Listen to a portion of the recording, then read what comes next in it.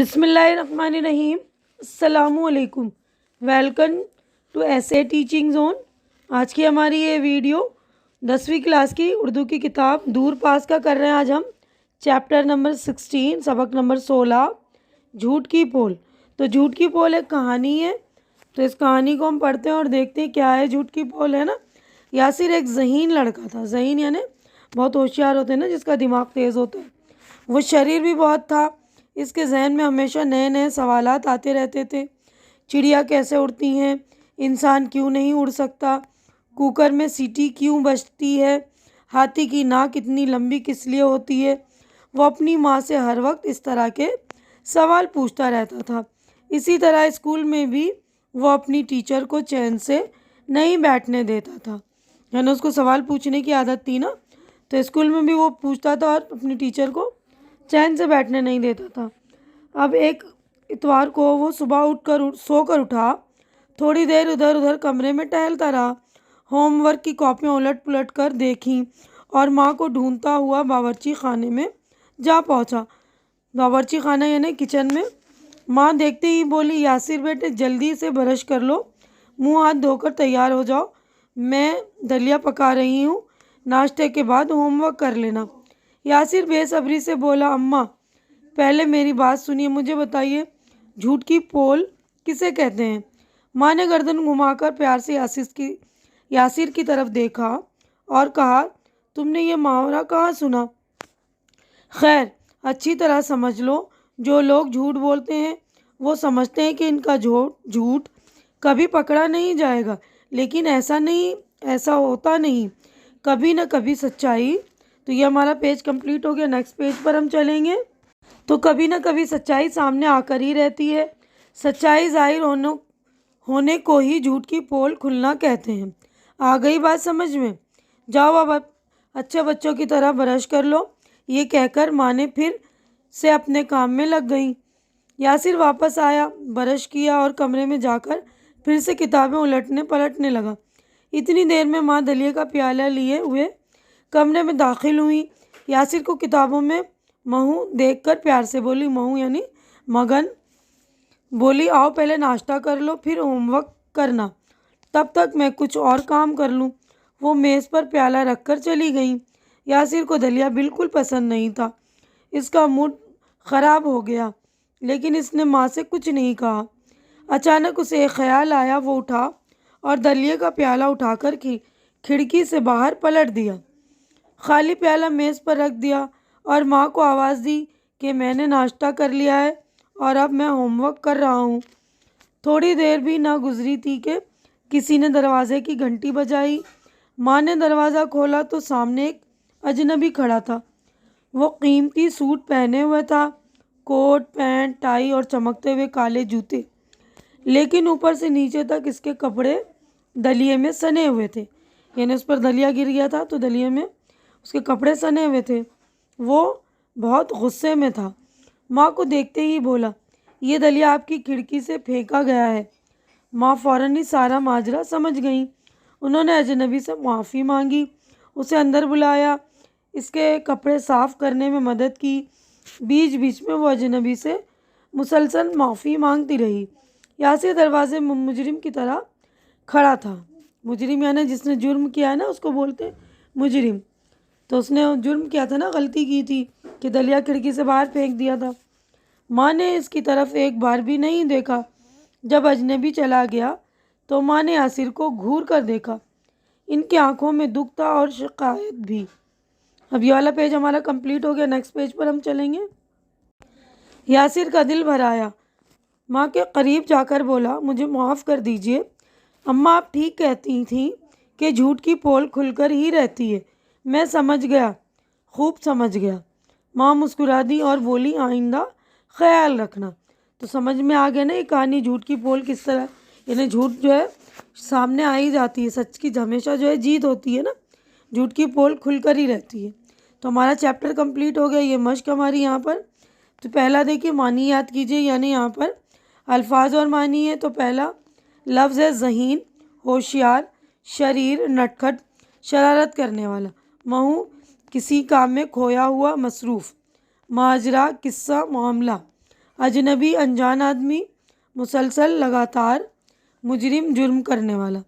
अब सवाल नंबर 2 है, इस पेज पर देखिए, सोचिए और बताइए। तो 3 सवाल है इस सफ़े पर, इस पेज पर 3 है ना, तो यहाँ पर 3 सवाल आती है। और नेक्स्ट पेज पर हम देखते हैं कितने सवाल हैं। तो पहला सवाल है, यासिर ने माँ से क्या पूछा। अब नेक्स्ट पेज पर हम देखते हैं सवालात एक साथ हम कर लेंगे। तो देखिए इस पे चौथा और पांचवा यानी टोटल 5 सवाल आते हैं। तो जवाबात देख लीजिए पांचों के। तो देखिए पहला सवाल, यासिर ने माँ से क्या पूछा। जवाब, यासिर ने माँ से पूछा कि झूठ की पोल किसे कहते हैं। सवाल नंबर 2, यासिर ने दलिए का क्या किया। यासिर ने दलिया खाने के बजाय खिड़की से बाहर फेंक दिया। अब सवाल नंबर 3 देखेंगे हम। तो देखिए सवाल नंबर 3, अजनबी को किस बात पर गुस्सा था। अजनबी इस बात पर गुस्सा था कि खिड़की से दलियाँ फेंके जाने की वजह से उसके कीमती कपड़े ख़राब हो गए थे। सवाल नंबर 4 है, अजनबी ने कैसे कपड़े पहन रखे थे। जवाब, अजनबी ने कीमती सूट, कोट, पैंट, टाई और चमकते हुए काले जूते पहन रखे थे। सवाल नंबर 5, यासिर ने माँ से माफ़ी क्यों मांगी। अजनबी के जाने के बाद जब माँ ने यासिर को गुस्से से देखा तो यासिर ने अपनी गलती का एहसास करते हुए माँ से माफ़ी मांगी। तो देखिए 5 जवाबात हमारे कंप्लीट हो गए। नेक्स्ट है, नीचे दिए हुए लफ्ज़ों से खाली जगहों को भरिए, यानी फिल इन द ब्लैंक से खाली जगह भरनी है हमें। तो पहला देखिए, ये जो अल्फाज दिए हुए बावर्ची खाना, दरवाजे, प्याला, माजरा, दली है ना ये, तो इन्हीं लफ्ज़ों से हमें खाली जगह भरनी है। तो पहला है, किसी ने दरवाजे की, पहले में आएगा दरवाजे की घंटी बजाई, ठीक है ना। नेक्स्ट है, वो मेज़ पर प्याला रख कर चली गई, तो सेकंड में आएगा प्याला, ठीक है। अब थर्ड है, माँ को ढूंढता हुआ बावर्ची खाने में, थर्ड में आएगा बावर्ची खाने, यहाँ पर बावर्ची खाने, माँ को ढूंढता हुआ बावर्ची खाने में जा पहुँचा। उसके बाद चौथा है, इसके कपड़े दलिए में, तो चौथे में आएगा ये देखिए, फोर्थ में दलिए में सने हुए थे। उसके बाद फिफ्थ में आएगा, माँ फ़ौरन ही सारा माजरा, इसमें आएगा पाँचवें में